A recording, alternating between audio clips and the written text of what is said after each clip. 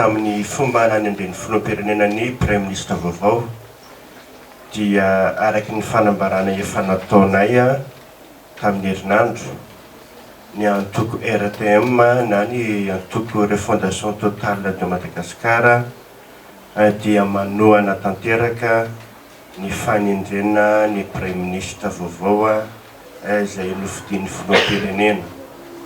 Ny fahitanay azy ny fomba nanendrena azy dia tsy nisy hafa tamin'ny fomba nanendrena ny Premier ministre teo aloha Coly Roger izay heverinay fa manara-dalàna ary tsy ny lalàna ihany fa ny lalàna dia natao andrindrana ny fiarahamonina. Raha eo amin'ny fiarahamonina tsotra no jerena amin'ny fandriam-pahalemana ohatra na dia misy aza ny lalàna dia misy ny dina izay natao ifampifehezana izay misy any amin'ny faritra rehetra manerana ny nosy. Izany dina izany dia tsy dia tena mifanaraka amin'ny lalàna nefa rehefa tsapa fa ny dina mampirindra kokoa ny fiarahamonina dia ny ekeny lalàna izany, ny ekeny fitondram-panjakana izany. Tsisy hafa amin'izay mihitsy ny fiheveranay ny fanendrenana ny Premier ministre. Izahay dia manamafy fa ny filoham-pirenena no nifidian'ny vahoaka ary ny filoham-pirenena no mifamatotra sy ny fanome toky tamin'ny vahoaka.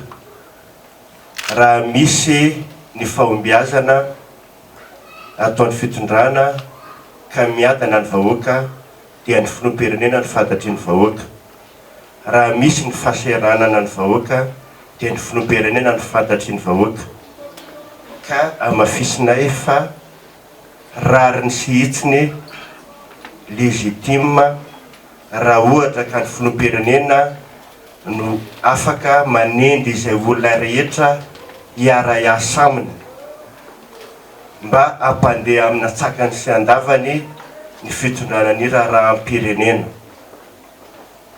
Satria raha ohatra ka olona izay tsy mitovy fomba fijery amin'ny filoham-pirenena no Premier ministre dia mety hitondra sakatsakana amin'ny fampandrosoana izay eritreretin'ny filoham-pirenena ho atao izany.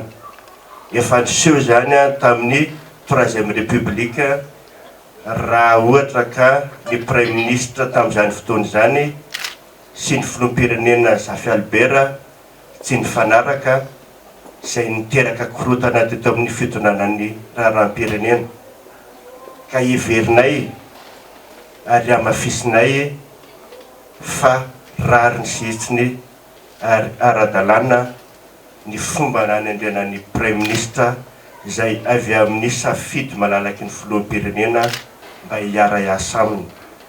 Ary eto izahay dia manambara fa tokony avela hiasa malalaka ny Premier ministre sy ny filoham-pirenena hanendry ny membre ny gouvernementa mba ahafahana manao ny asa fampandrosoana amin'izao fahasahiranany vahoaka. Indrindra moa mbola nisy ihany koa ny rivo-doza izay nanampitrotraka an'izany fahasahiranana izany.